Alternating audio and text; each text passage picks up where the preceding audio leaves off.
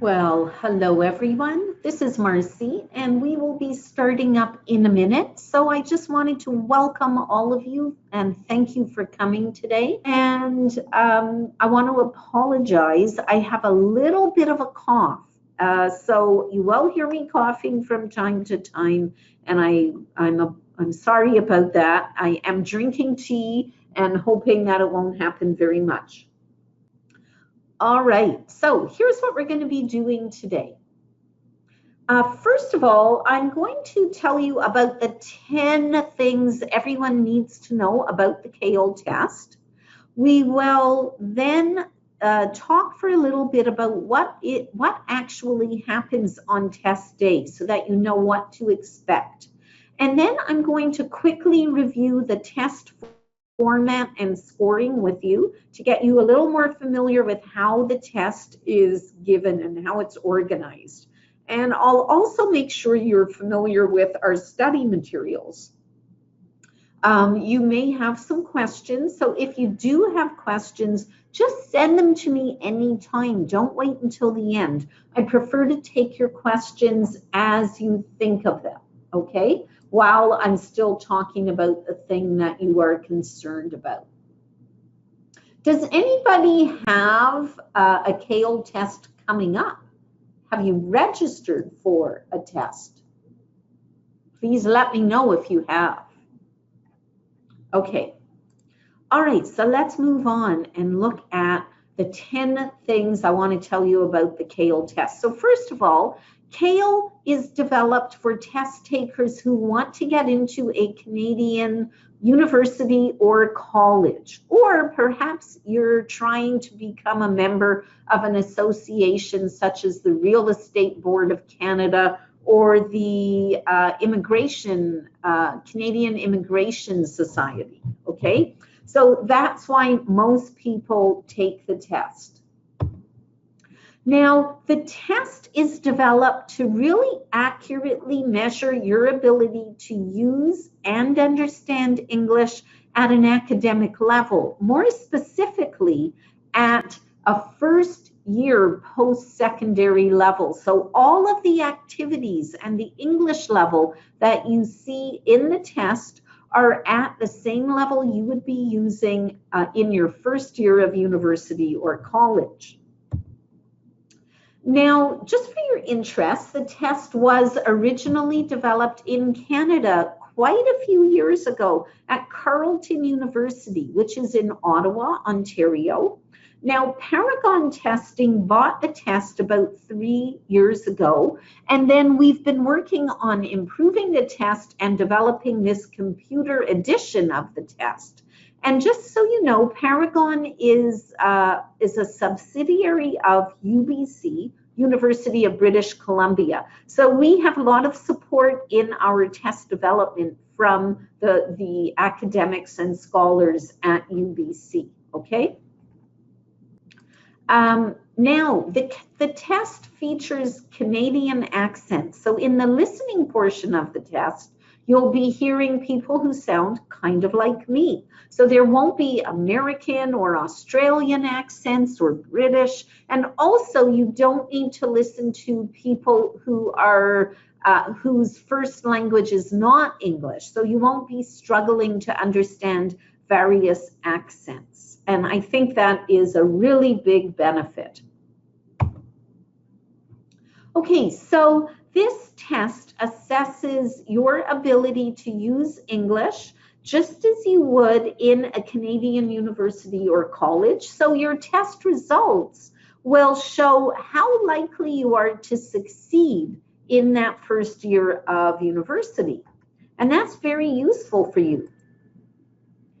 So you may or may not know that CAEL is recognized across the country, and currently there are over 190 academic institutions in the country that accept CAEL. So if you want to take the CAEL test, chances are the school that you want to go to will accept it. But just to be 100% sure, I recommend that you call the university you're trying to get into and check with them. More specifically, call the faculty or the department that you want to go to and find out A, if they accept the test, and B, what score they would like you to get so that you could get into the program you want to do. Now, we have test centers all across Canada, quite a few, and we're opening more regularly. And also, we will be presenting the test internationally. So hopefully, you'll soon be able to take the test in India, Philippines, China, and other countries across the oceans. Did you know that the CAEL test is 3.5 hours long? So that is the maximum amount of time you would spend writing the test. And the test, let's see, the test, that 3.5 hours includes the speaking. So if, are any of you wondering if you should take CAEL or IELTS, or have you already decided? Because if you choose to take IELTS, it is a little faster, but then you have to come back later in the day to do the speaking interview. So that's something to keep in mind. Okay. Now, your test results will be available for you in 8 business days, and you'll be able to view them online using your CAEL account. And on that day, they will also be mailed out to the universities and colleges that you have asked us to send the results to. And you can send your test results, I believe, to up to 5 institutions included in your test fee. And you can add institutions to your list up until a few days before you take the test. Now, CAEL is 100% computer delivered, which means that all parts of the test are done on the computer, even speaking, as I already mentioned. Now, okay, there are quite a few benefits to doing a test on the computer, and I'm going to go through them with you.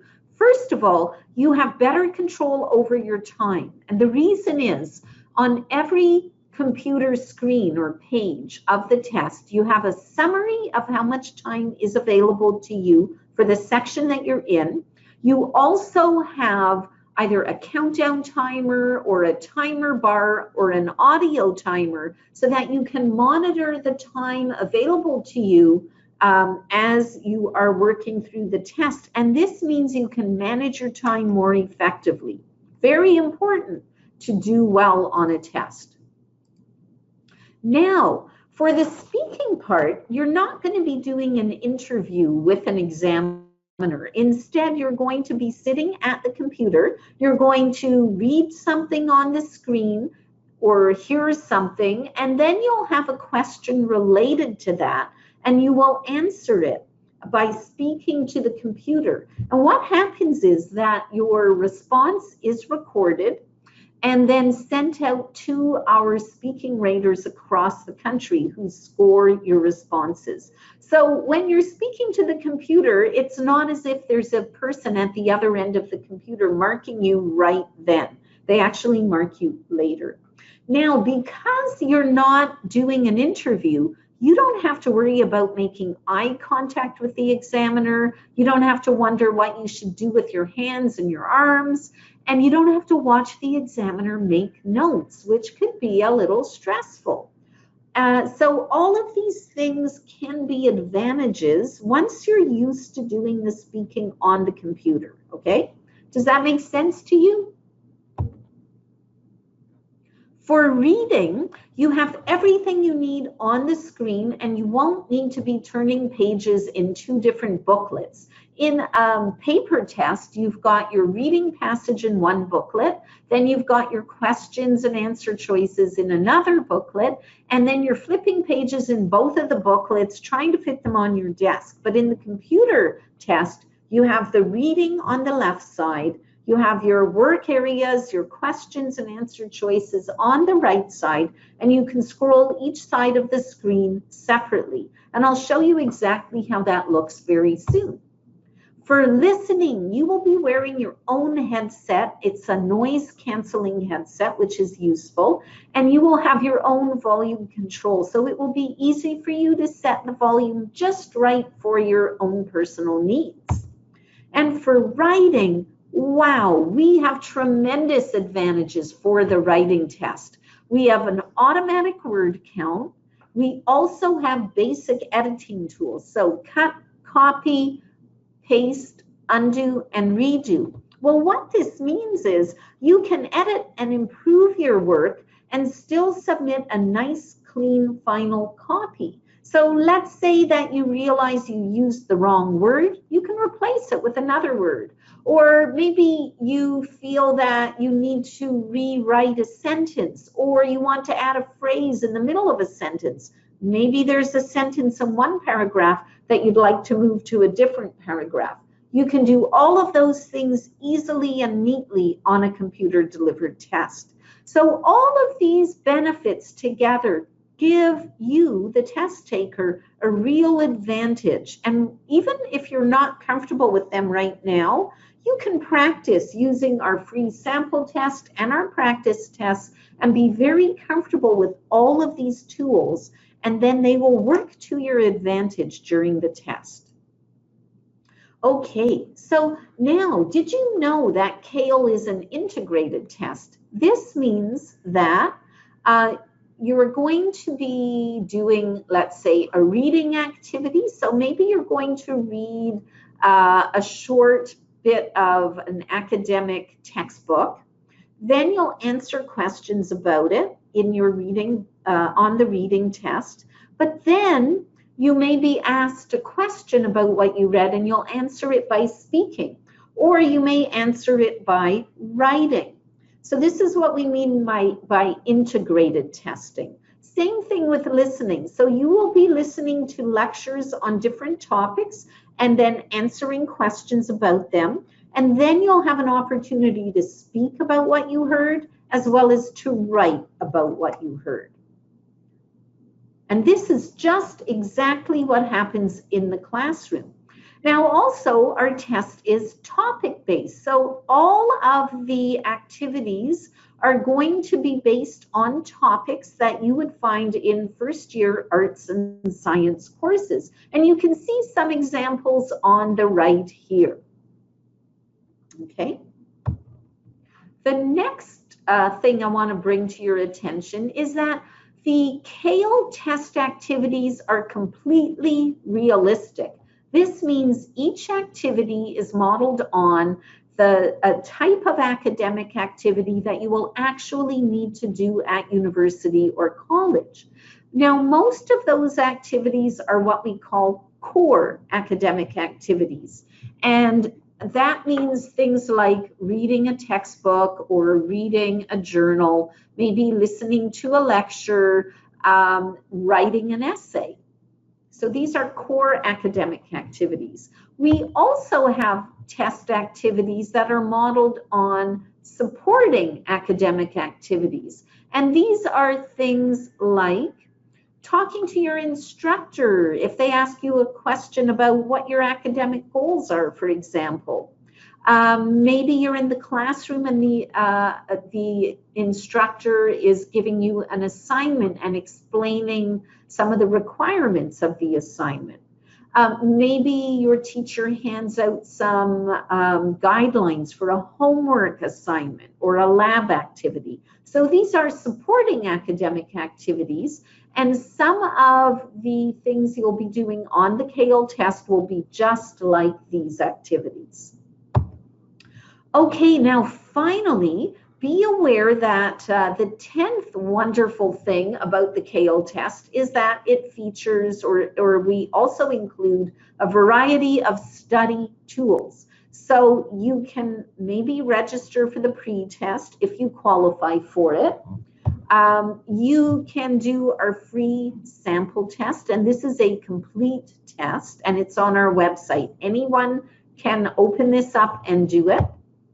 You can download the CAEL overview. This is a free ebook.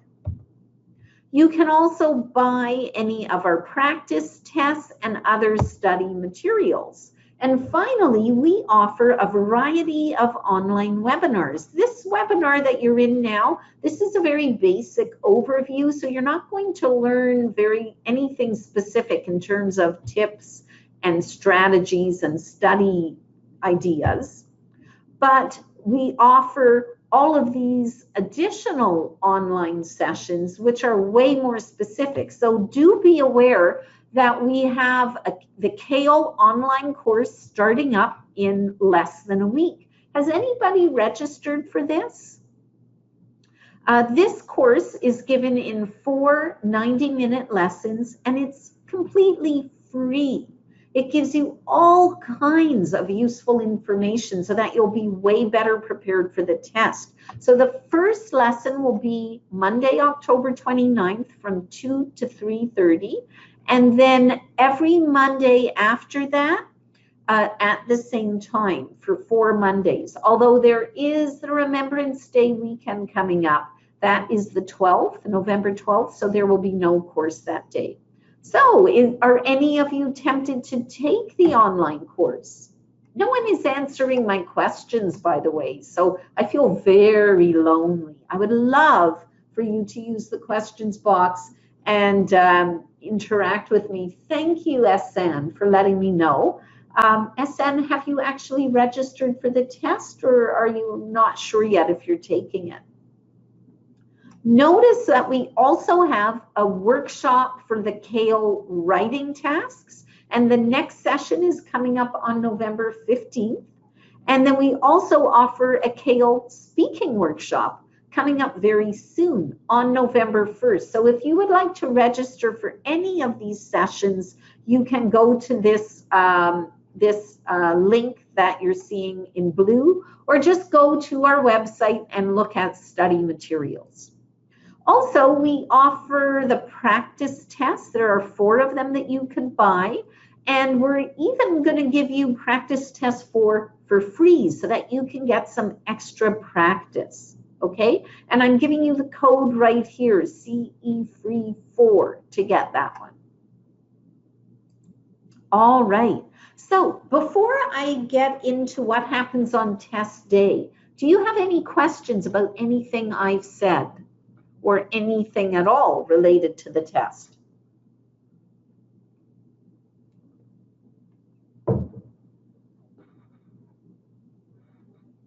Let me know if you do. Okay, so I'm going to continue for now. All right, so I want to talk to you a little bit about test days so you know what to expect. First of all, make sure you get there early. I would say at least 30 and maybe 45 minutes early. That's because there are some final registration procedures you're required to go through. Don't bring anything valuable with you because you cannot take anything into the testing room, okay? So your cell phone, your wallet, your jacket, everything will go into a bag or a box or a locker. And then the bag or the box will go into a locked room, and that room will be guarded while you're in the test. But if you're going to be worried or upset about having to leave your personal things there, then just don't bring anything. So for example, if your grandmother gave you a watch and it's very special to you, don't bring it to the test if you're going to worry about it. Don't bring a lot of cash if you're going to worry about it, okay? You can't bring food or drink into the test room. And remember, it's 3.5 hours, right? If you have special medical needs, for example, maybe you have diabetes or something, then please contact us immediately so we can set up a special accommodation for you. Now, the test is 3.5 hours long, and there is no official break. So I strongly recommend that you not eat a very big breakfast and that you don't have 5 glasses of water before you come to the test, because you're not going to want to have to leave often to go to the bathroom. You can, if you need to, raise your hand and someone will escort you to the washroom or the bathroom, but you could lose an opportunity to answer a question while you're gone. So you want to minimize leaving the test room or not leave at all if you can avoid it. Okay, so on the right side, you can see an image of our official test center at our head office in Vancouver, sorry.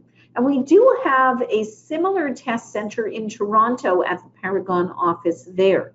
So you can see these test centers are very nicely equipped with the dividers and all new equipment.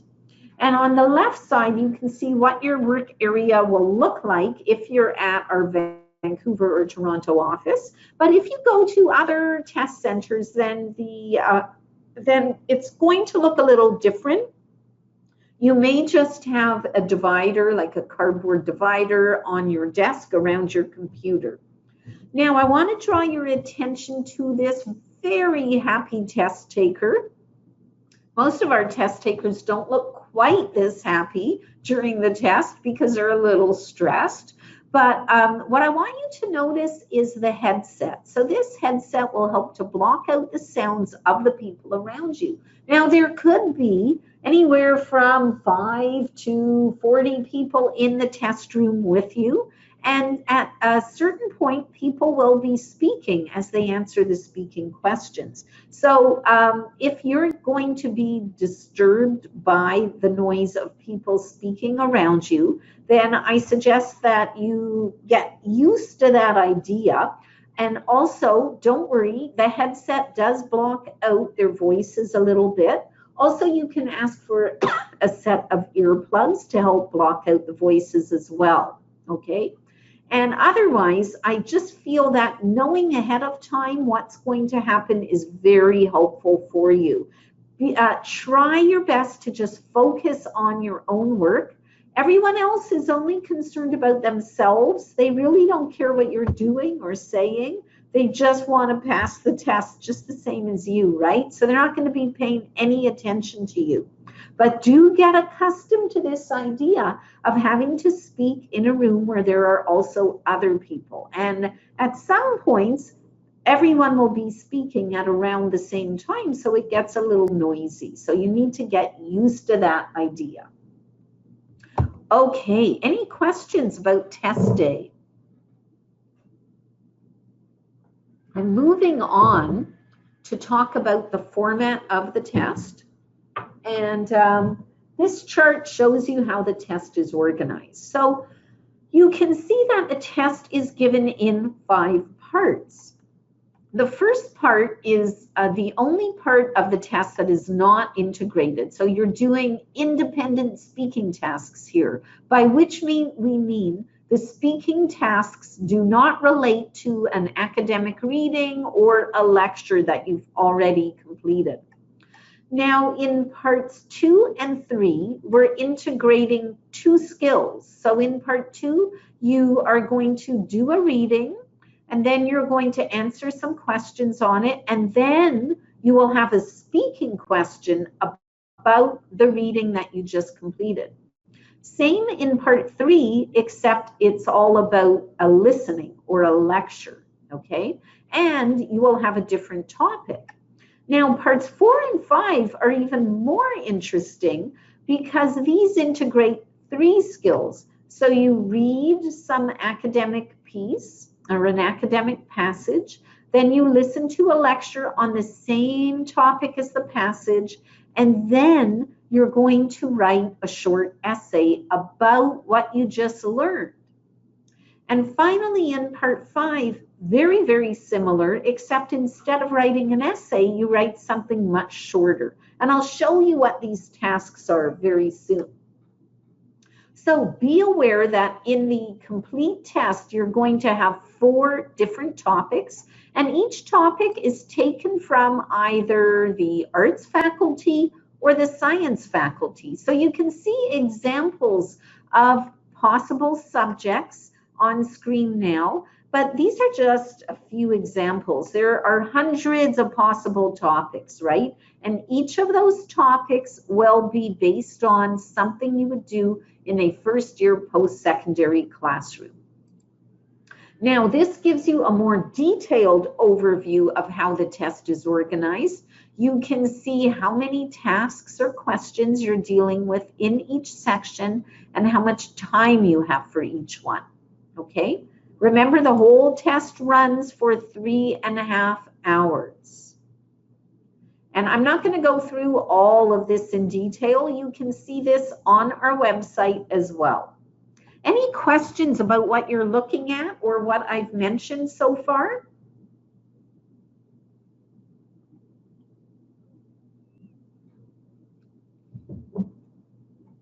Okay then, moving on. I want to now focus in on the speaking tasks. So altogether in the CAEL test, there are 5 separate speaking tasks or questions. And you can see that 3 of them are in part 1. And then you have integrated speaking tasks in parts 2 and 3. So remember that for part 2 and 3, the speaking question will relate to work you've already done. So you've read a passage, you've answered questions about it, then you get a question and you answer it by speaking, and then same with the lecture. Okay, now in part 1, you get 2 very different speaking questions which are going to relate to something about you, and then you are going to speak on a visual. So let me tell you more about these 2 different types of speaking tasks. Okay. So there are 3 independent speaking tasks in part 1 of the test. For each of these tasks, you're going to speak about yourself, or maybe your academic background, or your academic goals, or something related to the country you're from. But for that 3rd question, you're going to be speaking about a visual, which is a chart or a graph. And you're going to have to look more closely at it and speak about it in detail. Now, so to answer these questions, you're going to be relying on your own knowledge about, or your own experience, or interpreting that chart or graph. Now, you're going to have 30 or 60 seconds of preparation time. It depends on which question you're answering. And then you will have 1 minute or 90 seconds or 2 minutes of speaking time. Now, these times all start and end automatically, and I'll show you what I mean soon. So you can't decide when to start speaking. You have to watch the test and know, okay, now I have to speak because I'm being recorded. Scoring for the independent speaking is related to the content of your response, the language, meaning both vocabulary as well as grammar and sentence structure, and for that 3rd question, your ability to talk about the image. Okay, so moving on to those other 2 speaking tasks. These are in parts 2 and 3, and they are integrated. So this means you're going to be speaking about the reading passage that you just read or the lecture that you just heard. To answer these questions, you're going to need to use information from the reading or the lecture. Now, you're going to have a full minute or 60 seconds of preparation time. And during this time, you're going to be reading and understanding the question and then going back to the reading or the lecture notes to find some information to help you prepare your answer. And then you will be required to speak for 2 full minutes. So I strongly recommend that you do timed practice before the test. Scoring is very similar to what we saw for independent speaking. So again, content and language, as well as your ability to use information from the reading or the lecture. Okay, so for preparation time, you can see the countdown timer on the left side. And then for recording time, you have a timer bar, all right? How do you know that you're being recorded? Well, you can see how this gray bar moves up and down inside the microphone icon. Now you want to make sure that it's within the body of the microphone and not down underneath, because this is showing the volume of your voice. The louder your voice, the higher the line, and you don't want to speak so softly that you can't be heard, okay? You'll be told when to start speaking at the very beginning of this bar. And in this example, we can see that this test taker is about a third of the way through their response, and they will, let's see, and so they still have quite a bit of speaking time left. So once that blue bar is at the other end, then it means their speaking time is up, and they will hear a prompt telling them to stop speaking. Okay, you want to try to fill the full 2 minutes of time. Okay, so here's what the speaking task looks like. So every speaking task is given on 2 screens. First, you get this instruction screen, which is just really a chance for you to get ready and get your energy gathered up so that you're focused, because once you click on the next button and go to the next page, your preparation time is counting down. So this is a countdown timer, and in the real test, it would now be moving 30, 29, 28, and so on. Okay, so you get specific instructions on the left, and the actual question is on the right, along with the timer bar. Notice you have a summary of the time available to you up at the top. Notice on the left side that you're told to include details and examples in your response. So make sure you do that. So you can see the question is very general. What do you want to study at university and why? So you're going to be talking about yourself, but you need to back it up with solid information. So for example, if you say, well, I want to study anthropology, you need to say more than, well, I want to study anthropology because I think it's really interesting. Well, what exactly about anthropology is interesting to you? You need to tell us that. And maybe something happened when you were a kid that really made you interested. Maybe you went to a museum and got excited, or something like that. So very specific information in your response. Also, a second point reminds you how you'll be evaluated. San is asking, do you give us scrap paper to take notes during preparation time? Yes, thank you for that question, San. Everyone is provided with note paper and something to write with, and you'll want to use the note paper probably for all the parts of the test. But for speaking, during your preparation time, you should be making some notes to help you during your speaking time. So all of the information for your independent speaking response will come from your head, from your experience, from your opinions, from your knowledge, because there isn't anything else for you to draw on. Just a quick look at this third test, speaking on a visual. I wanted you to have a peek at it. So there's usually a statement above the graph summarizing what it's about, and then there's specific instructions below the graph. So again, you're asked to describe and explain the information you see in the graph. So you need to explain everything that you're looking at here. And then you also need to draw some conclusions about what you see. So for example, the number of travelers coming to Canada dropped slightly in 2014, you might say. Well, why? Why do you think that happened, right? That's what we mean when we say, what conclusions can you draw? Remember, you're going to be speaking for 2 full minutes. So practice this at home so that you can understand how much you need to do to fill that 2 minutes of speaking time. Now, these are now what I'm showing you here is what the integrated speaking tasks look like. So in part 2, you're going to complete 1 or 2 long reading tasks.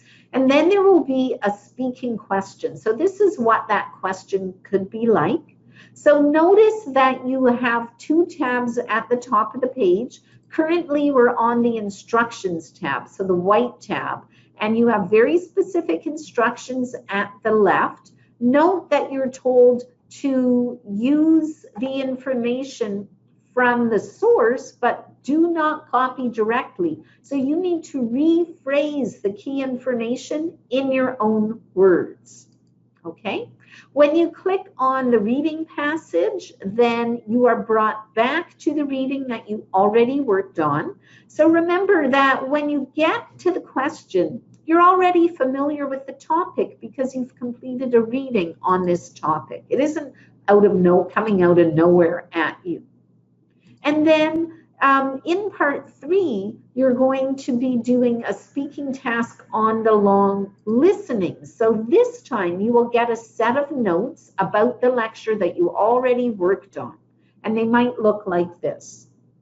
So summarizing for speaking, key speaking skills are listed here. So you want to focus on using appropriate rhythm, pronunciation, and intonation. Try to minimize your pausing and hesitations and interjections. You don't have to eliminate them, but try not to rely on them. So I really recommend that you record yourself speaking, maybe record yourself responding to a question so you can observe what is your rhythm and pronunciation and intonation like. Do you use a lot of pauses or hesitations or interjections? Also, notice what your volume and speed is like and work on that as well. Make sure that you clearly state your main idea at the beginning of your response. Try to include transitions or linking words and phrases like, for example, on the other hand, or my next point is, things like that. Use a variety of relevant vocabulary. Remember to rephrase the information that you take from the reading or the lecture.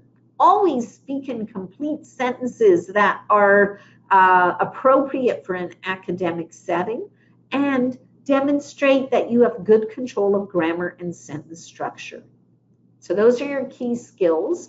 In terms of speaking strategies, you want to use your preparation time really effectively. So during your preparation time, try to read and understand the question, then go back to the source if you're using a reading or a lecture, or maybe that graph.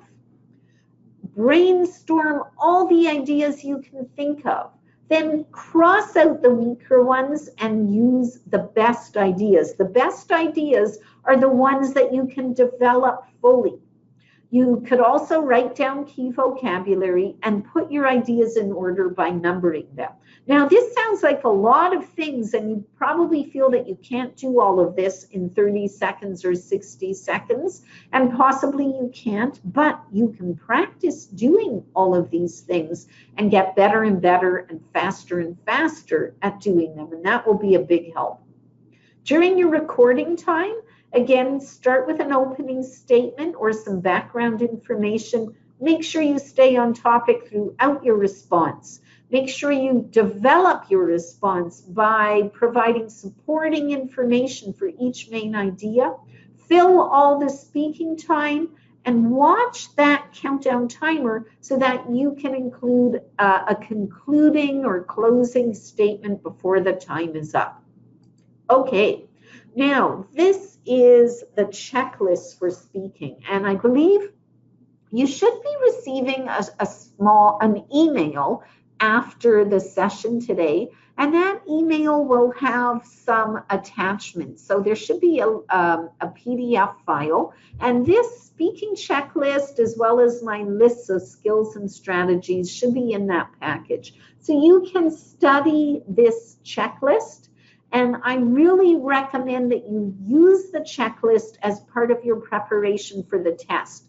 So the checklist, let's see, all of these categories that you see here apply to all 5 of the speaking questions. And then There's one more category at the bottom, depending on which question you're using. So when you're doing speaking on a visual, you also have to be concerned about these 3 points. When you're in part 2 and you're speaking about the reading, think about fulfilling these requirements, and same thing for part 3 with the lecture. Okay, so you can look at these later. We're going to move on. Any questions about speaking, first of all? I'm just having a sip of tea, taking a little bit of a voice break while I watch to see if there are questions.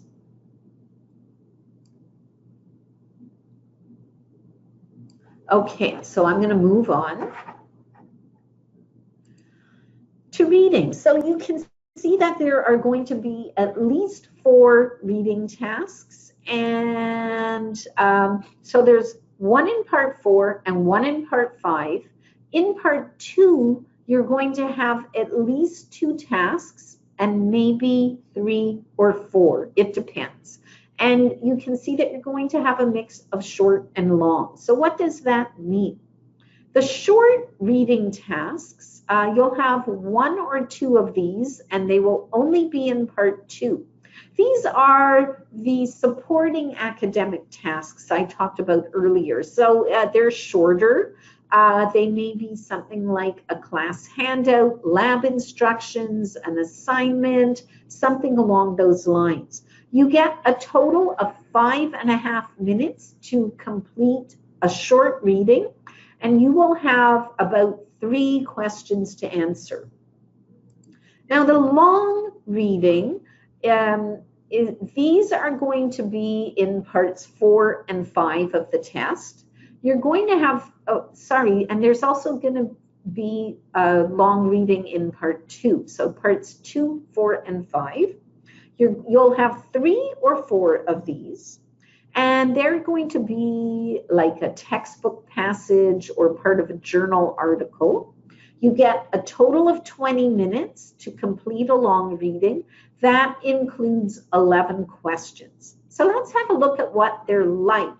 This is a short reading, and you can see that this looks like a handout, and it's explaining the requirements for the lab reports. Notice that there's a scroll bar in the middle of the page, and this scrolls the passage, and then the work area is on the right. So you can use the arrows or click on the numbers to navigate back and forth. So in this example, there's only 2 pages of questions.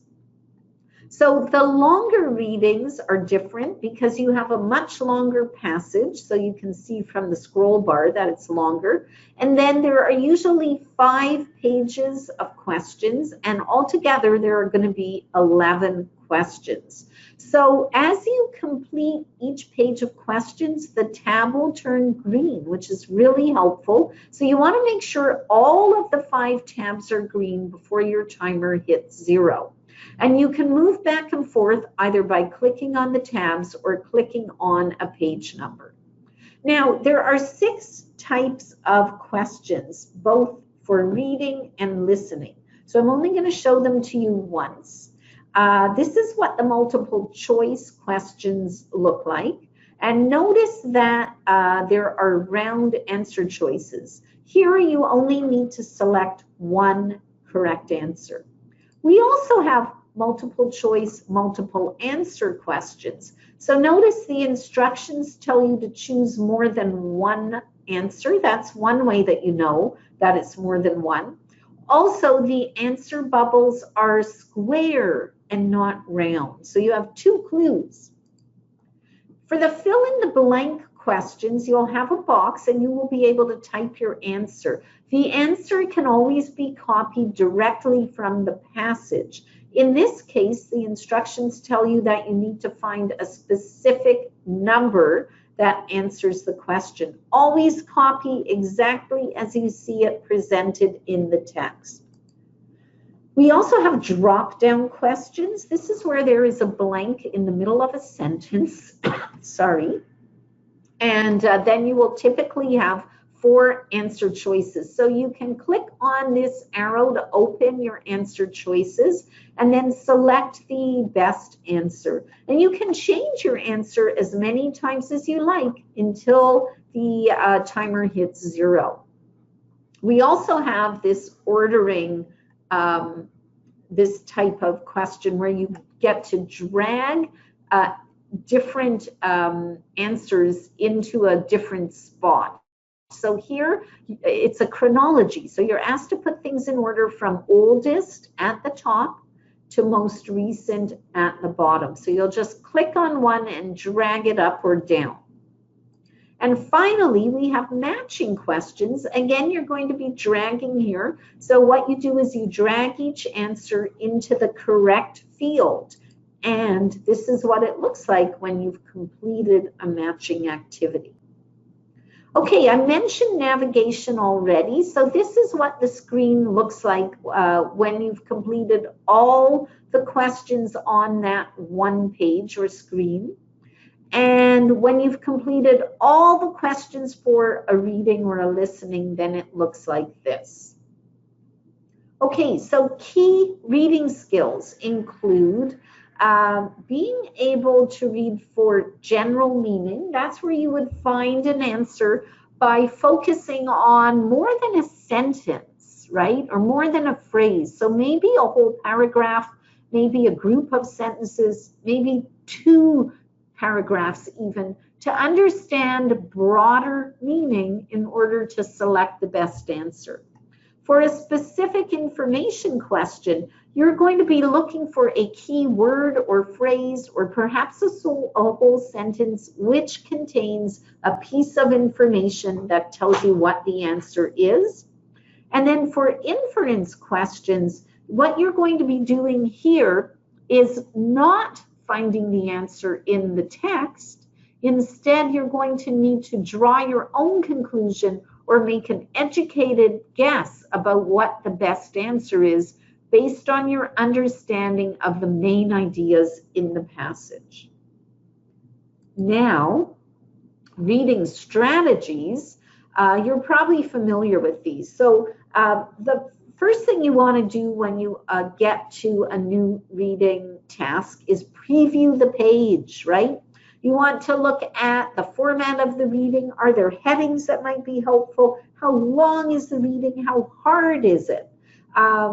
Look at how much time you have to complete this and the number of questions that you have to answer. Do that really, really quickly. From there, you're going to skim the article or the passage very quickly again, just to get a general understanding of the main topic and then the main idea of each paragraph if possible. And you want to do your previewing and skimming really quickly, within a minute at most. Then you go to your first few questions, you scan the question as well as the answer choices, and then you go back to the passage. Hopefully you know which section of the passage to look at. Also, you know if you're looking for general meaning or specific information or if you're inferring, and then you can focus on a specific piece of the text to find that correct answer. And finally, another reading strategy is if you're dealing with a word or a phrase that you don't understand that you think is critical to answer a question, you may need to guess at the meaning from the surrounding words and phrases. Okay, any questions about reading? That was a lot of information in a really short time.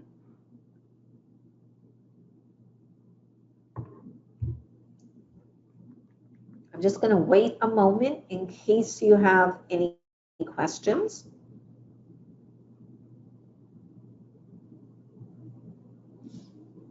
Okay. Well, I hope you're all with me. I'm not hearing much at all from any of you, so it's hard for me to know how useful this is, but presumably it is. I hope it is. Hang on. I'm just... I just need to do something here because this pointer is bothering me. Okay. And I'll just make sure that you're seeing the right slide. Okay, all right. So hopefully you're seeing the reading strategies page now, and we've just completed this. So just trying to move on here. Here we are. Okay, so the listening is presented in a very similar way to what we saw for reading. And so all of the listening passages are in parts 3, 4, and 5. Same setup we saw for reading with the mix of short and long passages. So for short listenings, you're going to have one or two of these. Now, these are going to be the more informal ones, so those supporting academic activities. So maybe you'll be listening to a teacher explaining what to do for an assignment, or maybe giving you lab instructions, something like that. So there will be 3 questions for each short listening. Now, you're going to have 30 seconds before the listening passage begins, and that is time for you to look at the questions, preview those questions, and think about what you're going to hear. Also to identify key words that maybe you should listen for. The passage or the audio will then begin playing automatically. You can't control when it starts and when it ends. And when it's finished, then you're going to be given about 60 seconds to review your answers. So you want to use this time to make sure you've answered all the questions, and also check your answers in case you want to change any. Okay, now for the long listening passage, you're going to have 3 or 4 of these. Each one will be like an academic lecture. There will be 11 questions for each long listening. Now, you will have a longer time to preview those questions. So you'll have 2.5 minutes before the lecture starts. And then when the lecture finishes, you'll have another 3 minutes to go back and check all your answers. So at the bottom, you can see this summary. Now, I just want to make sure you understand that the audio passage will start playing automatically. You can't control when it happens, and you're not going to be able to hear it again. So as the audio is playing, you'll be following along, looking at the questions and choosing your answers, okay? All right, so I'm going to just move on here. Sorry, that was a mistake in that slide. Okay, so here's what the listening screen looks like. You can see the play bar on the left side. So we're at the beginning of the lecture, and the work area on the right side. In this particular example, all 3 questions are given on one screen, so there's no screen numbers at the top. Notice a summary of how much time is left in the countdown timer. Now, for the longer listening, there are usually 5 pages of questions with answer choices. And here in this example, we're at the very beginning of this lecture, okay? The test taker has not completed any of their answers here. We know that because none of the page numbers are green, right? Also, we can tell by looking. What do we know from these square answer choices or answer bubbles? What does that tell us? Well, you may remember it tells us that that you need to select more than one answer, and then you need to check the instructions to know how many answers to choose. And in this case, it's 2. Okay, so I'm not going to show you the question types again, but just a reminder that it is the same 6 types we saw for reading, the same listening skills as we saw for reading as well, okay? And the listening strategies are, well, there's these 5 that I'll focus on. So the first thing is previewing the task. And in this case, you'll be looking at those questions and noticing what kinds of questions you're dealing with. You need to identify keywords in the questions, as this could help you recognize the answers when you're listening. Then your reviewing time to check your answers and make sure you've answered every single question. I don't really recommend taking notes for the CAEL listening test, because what you're doing is you're following along with the questions and trying to answer them. However, if you feel note-taking is useful for you, experiment with it during your practice time and see if you want to do that. And then, of course, deriving meaning from context. So don't bother trying to guess what words or phrases mean unless that word or phrase is something you feel you need to understand for the answers. One final thing, when you're looking for the answer choices, they are probably going to be given in different words than what you read in the passage or heard in the lecture, okay? All right, any questions about reading? Well, then let's go on to the final skill, which is writing. So there are 2 writing tasks on the CAEL test, and they are in the last 2 parts of the test. So the long writing task is given in part 4. You're given a minimum word requirement of 250 words, but no maximum. So you get to decide how much you want to write. That's entirely up to you. And it depends on how many topics you feel you need to include and how much you want to develop each topic. Now you get 35 minutes total for the long writing. And remember that you're going to need to refer back to the reading and the lecture, which you've already done. And those things will be on the same topic as your essay topic. And this writing task is very much like an essay. So then in part 5, you have your short writing task. This one only needs to be 100 words, although you can make it longer if you like. And it will be about 10 minutes long, you'll have 10 minutes to complete this task. Now, this time, you're going to use just one of your sources, the reading or the lecture on the same topic. And either the instructions will tell you which one you have to use, or you'll be invited to choose make your own choice. And it really doesn't matter. You just choose whichever one you want. This writing task is going to be like writing a summary or answering a comprehension question.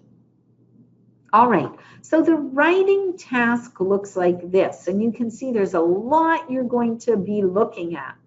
So first of all, notice that you've got,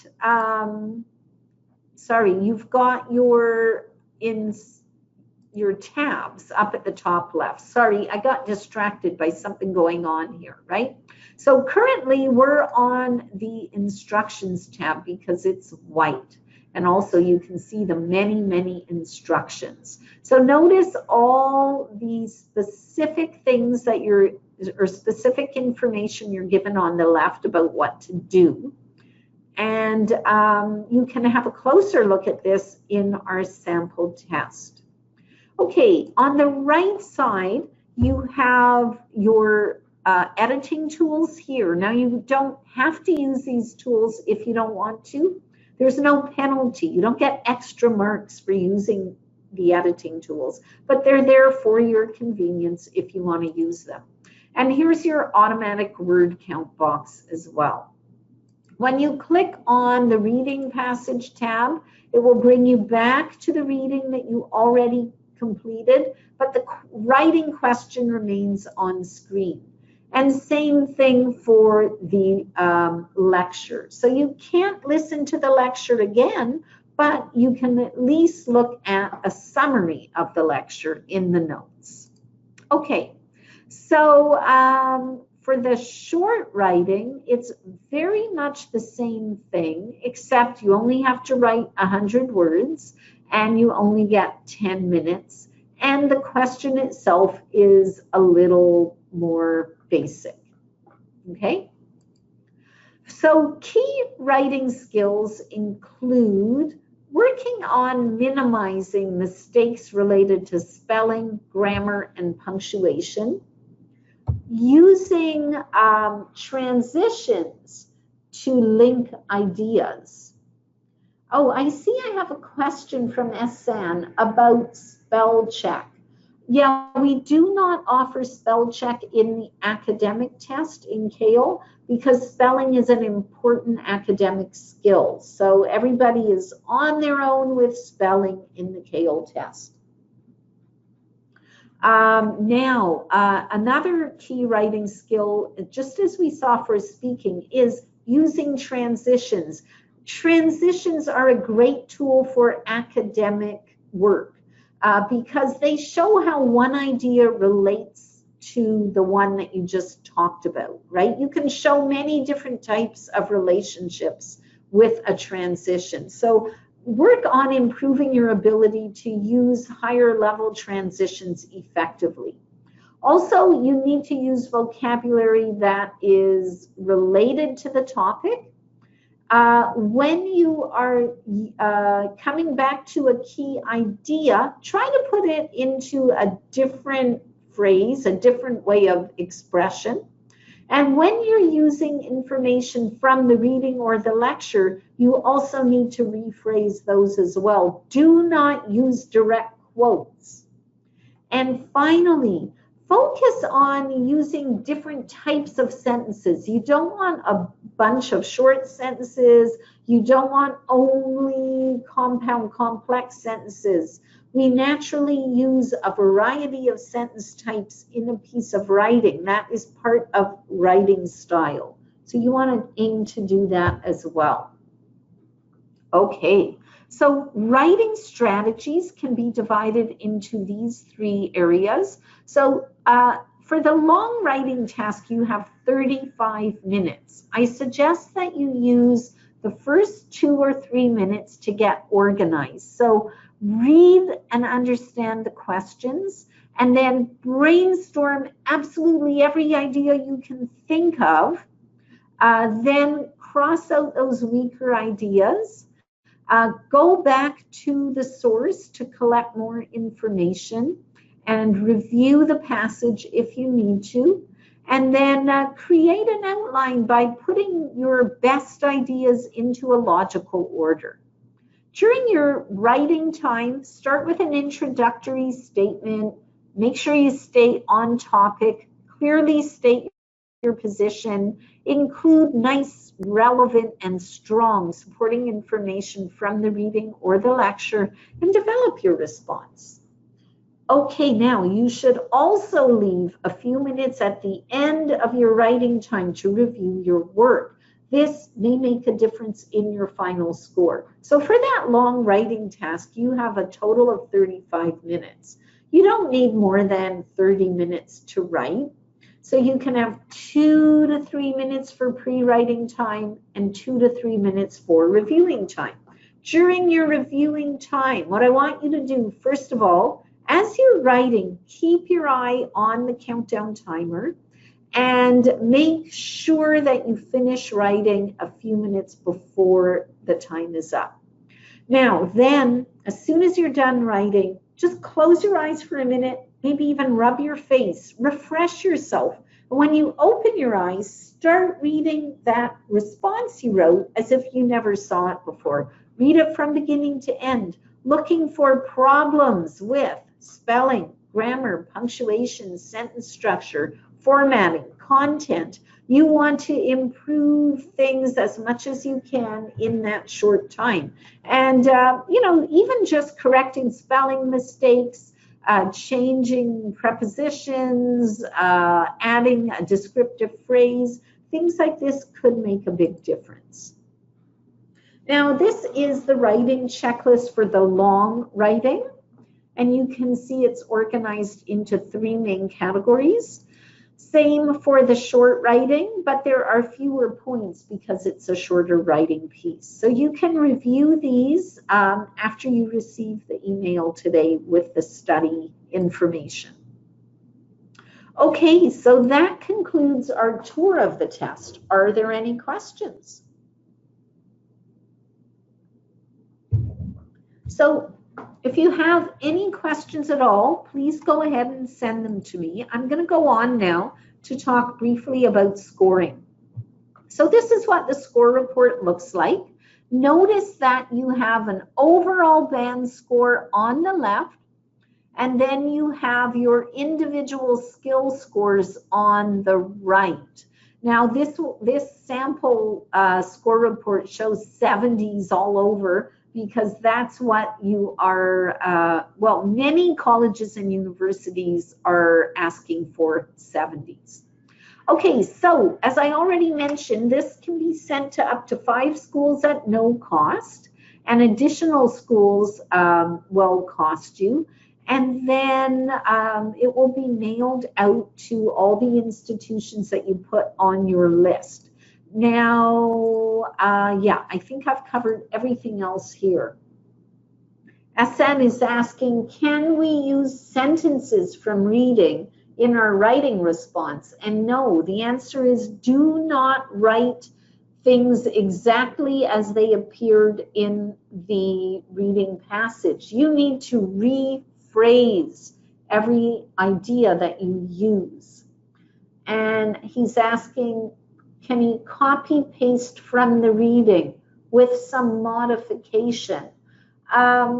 Well, that depends on your skill level, Isan. I'm not sure how well you can do that. It's better to just rephrase things entirely.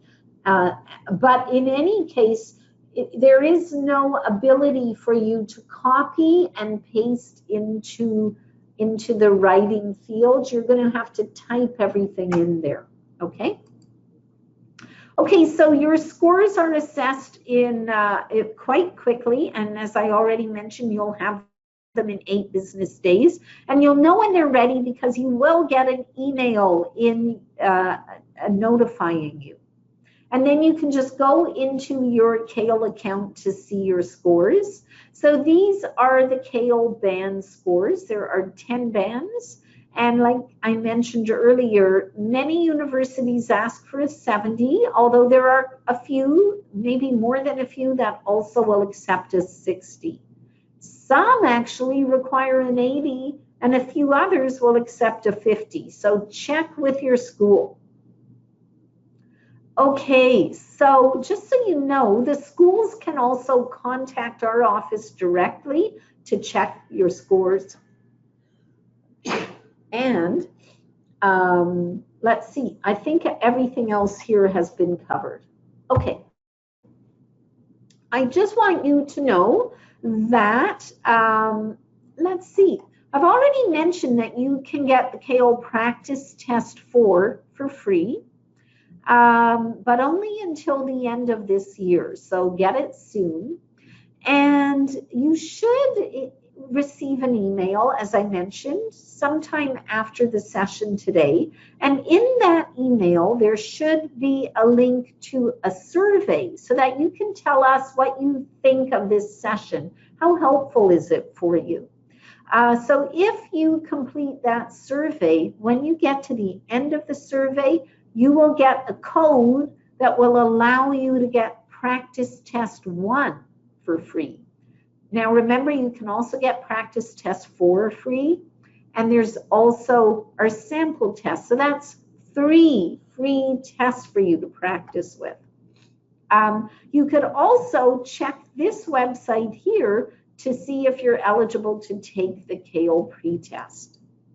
Well, that brings us to the end of our session.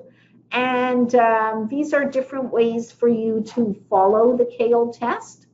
And I'm wondering if you have any questions for me before I close the session down. And I do encourage you to sign up for our other webinars. The CAEL online course starts on Monday, so please go to the CAEL website if you're interested, and you can sign up for it there. Okay, thank you again, and have a great weekend when we get there. Bye-bye.